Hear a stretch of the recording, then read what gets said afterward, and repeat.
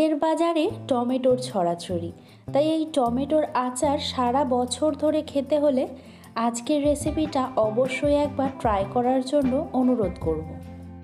টমেটোর আচার বানানোর জন্য এখানে আমি নিয়েছি 700 গ্রাম পরিমাণে ফ্রেশ টমেটো, আর এই টমেটোগুলো কিন্তু একটু লালচে দেখেই নিতে হবে।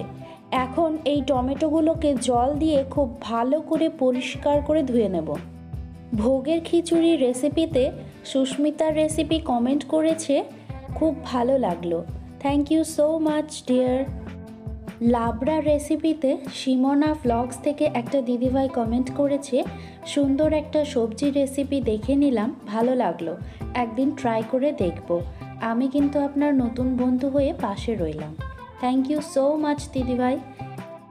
এখন টমেটোগুলোকে স্লাইস করে কেটে নেব, রাফলি চপ করে নিলেই হবে। এখন রান্নাটাকে রেডি করব। তার জন্য একটা কড়াইয়ের মধ্যে নিয়ে নিলাম এখানে 5 টেবিল চামচ পরিমাণ সর্ষের তেল।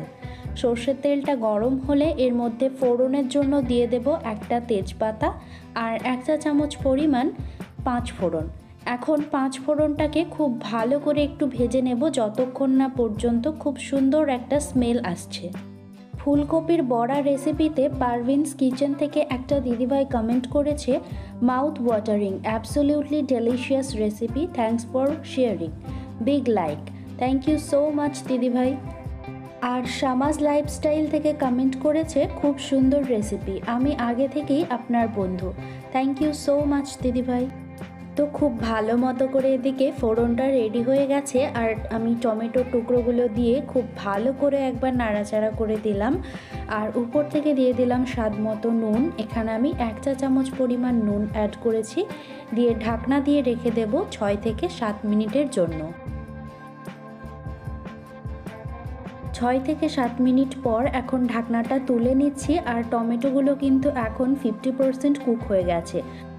এখন টমেটোগুলোকে একটু নাড়াচাড়া করে দেব, দিয়ে আবারও ঢাকনা চাপা দিয়ে 10 মিনিটের জন্য রান্না করে নেব।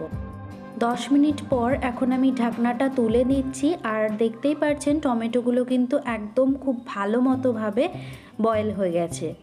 খুব ভালো করে একবার নাড়াচাড়া করে নেব, আর এবারে বাকি উপকরণগুলো অ্যাড করে দেব একে একে। প্রথমে এখানে দিয়ে দেব 1 কাপ পরিমাণ আখের গুড়। আপনারা চাইলে এটা কিন্তু চিনি দিয়েও করতে পারেন, তবে আচারের স্বাদ না গুড় দিয়েই খুব ভালো হয়, স্পেশালি আখের গুড়।